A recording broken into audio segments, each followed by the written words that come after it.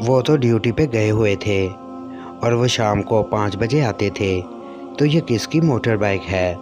खैर मैंने दरवाज़ा बंद किया और सब्ज़ी वाला थैला उठा के किचन में रखा और चाबी भी कील के साथ दोबारा लटका दी और किचन में रखी फ्रिज में से ठंडा पानी पिया और फिर टीवी वाले कमरे की तरफ चल पड़ा।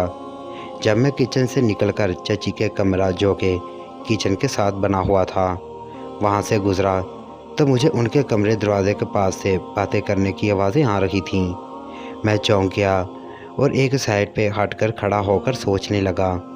मैंने देखा दरवाज़ा भी बंद है। मैंने आहिस्ता से दरवाजे का हैंडल घुमाकर खोलकर देखने की कोशिश की तो मायूस हुआ। दरवाज़ा अंदर से लॉक था। मैं डर भी रहा था और सोच रहा था कि अंदर कैसे देखूं कि अंदर से किस चीज़ की आवाज़ें आ रही हैं। मैं कमरे की खिड़की की तरफ लिपका, हो सकता है कि वहाँ से अंदर देख सकूं। जब मैंने खिड़की के पास देखा तो मुझे खिड़की के दूसरे कोने से पर्दा थोड़ा सा हटा हुआ नज़र आया। मैंने बहुत ही एहतियात से अंदर देखने की कोशिश की। अब की दफ़ा मैं कोई रिस्क नहीं लेना चाहता था। जैसे ही मैंने उस जगह से अंदर देखा तो अंदर का मंज़र देखकर मैं अपने हवास खो बैठा, क्योंकि अंदर का मंज़र मेरे लिए दिल दहला देने के लिए काफ़ी था। अंदर मैंने देखा सामने चची अपनी कज़न के साथ बातें कर रही थी और रो भी रही थी। साथ उसका शौहर भी था। शेखपुरा में सरकारी स्कूल का उस्ताद था। मैं वहाँ से भागता हुआ दरवाज़ा खोलकर घर से बाहर चला गया। सारा दिन घर से बाहर भाग जाने के बाद मैं शाम तक बाहर ही आवारागर्दी करता रहा और दिन को हुए वाक़ये के मुतल्लिक़ सोचता रहा और मैंने अपने दिमाग में एक प्लान तैयार कर लिया था।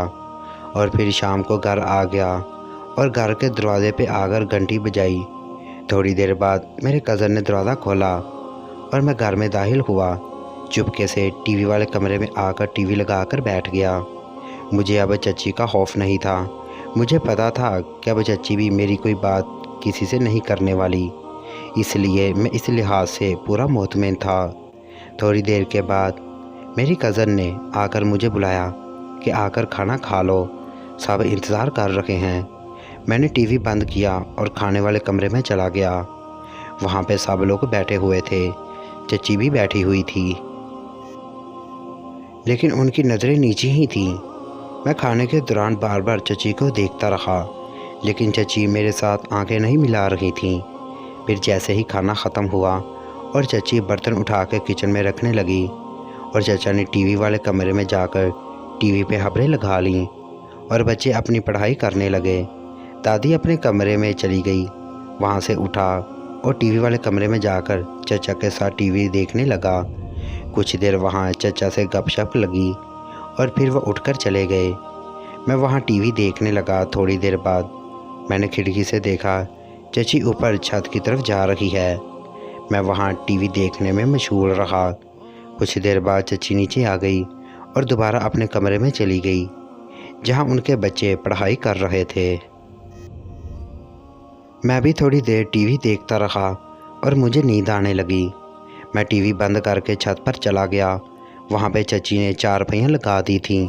मैं वहाँ अपनी चारपाई पर लेट गया और पता नहीं कब आंख लग गई। मैं नींद की आगोश में चला गया। आंख तब खुली जब मेरा कज़न मुझे सुबह नाश्ते के लिए उठा रहा था। मैं उठा और नीचे बाथरूम में जाकर घुस गया और नहा धो के बाहर निकला और सीधा आकर नाश्ते पे बैठ गया। सब हस्बे मामूल नाश्ता कर रहे थे। चची की तरफ देखा तो वो मुझे ही देख रही थी। मेरी नज़र मिलते ही उसने फ़ौरन नज़रें नीचे कर लीं और नाश्ता करने लगी। मैं दिल ही दिल में बहुत खुश हुआ कि काशी बेटा, अब तो तेरा काम होकर रहेगा। चचा ने नाश्ता ख़त्म किया और बच्चों से बोले, चलो बच्चों तैयार हो जाओ स्कूल के लिए। और चचा अपने कमरे में चले गए और दादी भी अपने कमरे में चली गई और चची बर्तन उठाने लगी। मैं भी जल्दी से नाश्ता ख़त्म किया और टीवी वाले कमरे में टीवी लगाकर बैठ गया। मैं अब सोच रहा था कि चची किचन का काम ख़त्म करके घर की सफाई करेंगी और वो टीवी वाले कमरे में भी आएगी। मैं इसी कश्मकश में था कि चची से बात कैसे शुरू की जाए और साथ ही चची के आने का इंतज़ार कर रहा था। थोड़ी देर के बाद मैंने खिड़की से देखा कि चची किचन से निकली और सहन में सफाई करने लगी और फिर उसने बाकी सब कमरों की सफाई भी कर ली। आखिर में वो टीवी वाले कमरे की सफाई करती थीं। मैंने देखा चाची ने जब बाकी कमरों की सफाई ख़त्म कर ली तो वो सीधी फिर अपने कमरे में चली गईं।